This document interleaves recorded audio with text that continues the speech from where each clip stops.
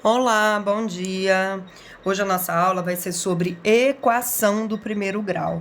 É um assunto muito importante para vocês, que vocês vão utilizar aí o ano que vem, no ensino médio. Vocês sempre vão estar utilizando a equação, tá bom? Então a gente vai dar uma introdução aí nesse conceito para que vocês possam fazer os exercícios, tá?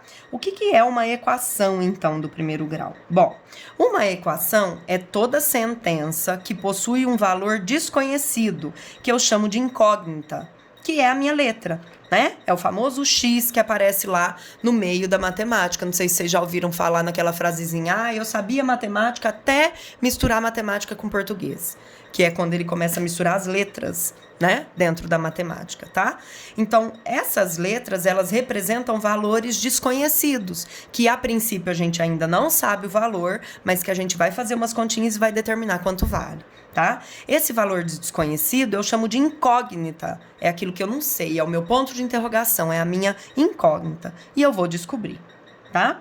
E para ser uma equação, eu tenho que ter uma sentença matemática que tenha uma letra, que tenha uma incógnita e que possua uma igualdade, né? Um sinalzinho de igual, tá? E para ser equação do primeiro grau, é necessário que o maior expoente da letra da incógnita seja 1.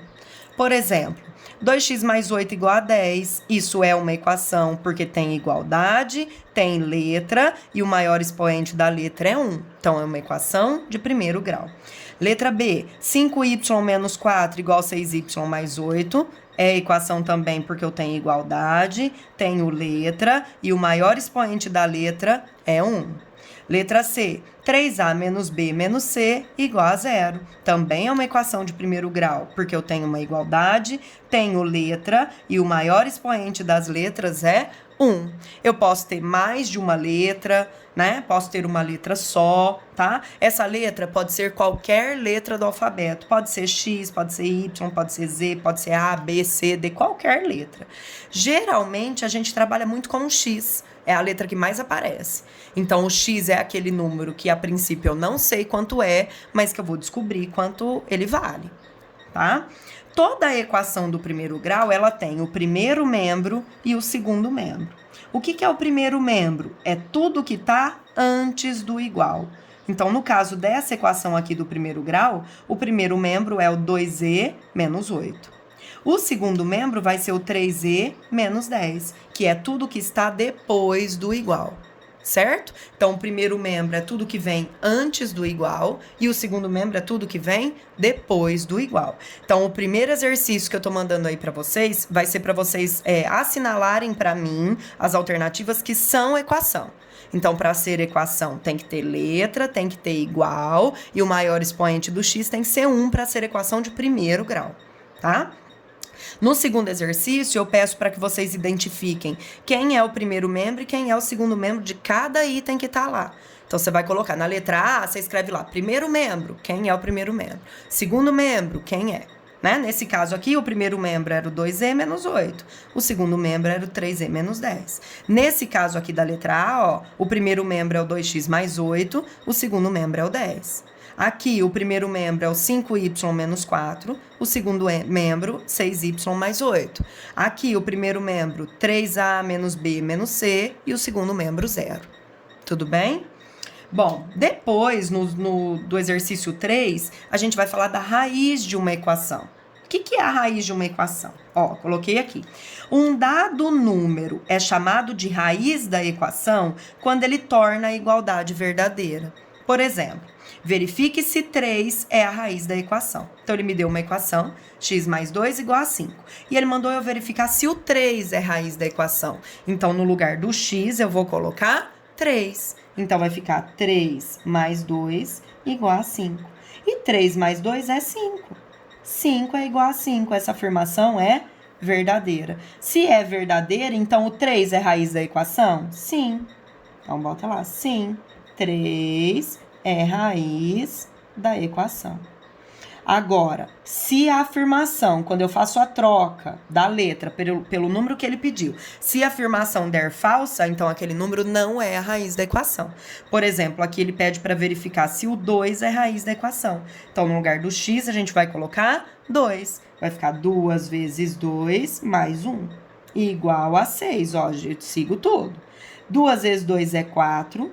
4 mais 1, será que vai ser 6? Não, 4 mais 1 é 5. Não é 6. Então, é verdadeira essa afirmação? Não, ela é falsa. O 5 não é igual a 6. O 5 é diferente de 6. Então, eu posso falar que o 2 é a raiz da equação? Não. 2 não é a raiz da equação. Certo? Então, o terceiro exercício aí vai ser para verificar se o número é raiz da equação. É só você substituir o número que ele deu na letra da sua equação. Se a igualdade der verdadeira, então aquele número é raiz da equação. Agora, se a igualdade der falsa, aquele número não é a raiz da equação. Tudo bem?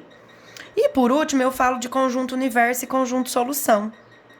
Bom, eu já coloquei direto os exemplos, ó. Dada a equação abaixo, determine o conjunto solução sendo U igual a N. O U é o conjunto universo. O que é o conjunto universo? Conjunto universo é a minha referência. Então, a minha letra, o valor que eu encontrar para a letra, tem que fazer parte do conjunto universo que ele deu. Se ele não fizer parte, então a solução é vazia. Agora, se ele fizer parte, aí você escreve a solução dentro de chaves. Para todo conjunto universo, eu tenho que escrever o conjunto solução. Quando ele me dá o U igual a N, o conjunto universo é os naturais. Quais são os números que são naturais? Todos os números positivos e sem vírgula. 0, 1, 2, 3, 4, até infinito. Então, o que eu vou fazer? Bom, a gente ainda não sabe resolver a equação, mas de cara dá para eu saber, ó. Qual é o número que eu somo com 6 e dá 10? É 4.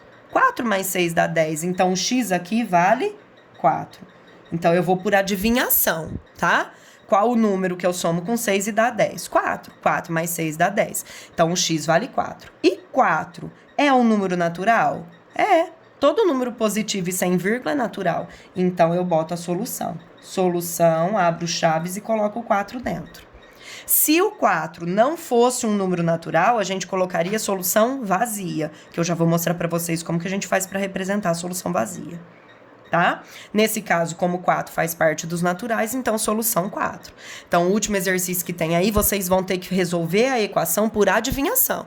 Vai ter que tentar descobrir qual é o número, aí nesse caso aqui era, qual é o número que somado com 6 dava 10? 4.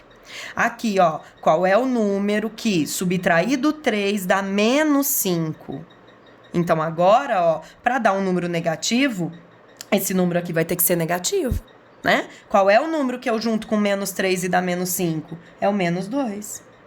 Porque menos 2 com menos 3, eu tenho duas dívidas. Eu tenho uma dívida de 2 e uma dívida de 3, que dá uma dívida de 5 no total. Então, o valor do x aqui é o menos 2. Vejam, eu vi por adivinhação, né? Eu tentei resolver a equação por adivinhação. Tá? Na próxima aula eu já vou ensinar como vocês fazem para resolver a equação. Mas aqui é por adivinhação, por tentativa. Então, o número que eu junto com menos 3 e dá menos 5 é o menos 2. Só que o meu conjunto universo é os naturais. O menos 2 agora faz parte dos naturais? Não, porque número negativo não entra dentro do conjunto dos naturais. Dentro do conjunto dos naturais só entra número positivo. Lembra que eu falei para vocês que aí a gente colocaria solução vazia? A solução vazia seria isso, as chaves sem nada dentro. Ou eu posso representar também a solução vazia por um zerinho cortado. Mas aí eu não coloco a chave, tá? Eu coloco só o S igual e o zero cortado. Significa que a solução é vazia. Não tem solução nesse exercício, porque o único valor que a gente encontrou para o x não faz parte do conjunto universo que ele deu. Certo? Agora, olha esse, ó. Dada a equação abaixo, determine o conjunto solução. Agora, ele mudou o conjunto universo, ó. O conjunto universo é os inteiros. É o Z. O que entra dentro dos inteiros? Todo número positivo e negativo. E sem vírgula. Não pode ser decimal. E aí eu tenho que descobrir qual é o número que eu tiro 10 e dá 18. E agora? Que número será que eu vou tirar 10 e vai dar 18? É o 28. Se eu pego 28 e tiro 10, dá 18. Então, o valor do x é 28. Eu fui por adivinhação, por tentativa. E o 28 é um número inteiro? Sim, porque ele não tem vírgula, né? Mesmo que ele fosse negativo, ele seria um número inteiro. Então, solução 28. É isso que é para fazer no último exercício que eu estou mandando aí, tá? Próxima aula eu vou ensinar vocês a resolução da equação. Aí a gente vai fazer pelo conceito de resolução. Tudo bem? Qualquer dúvida eu estou à disposição hoje das 2 às 3. Beijo!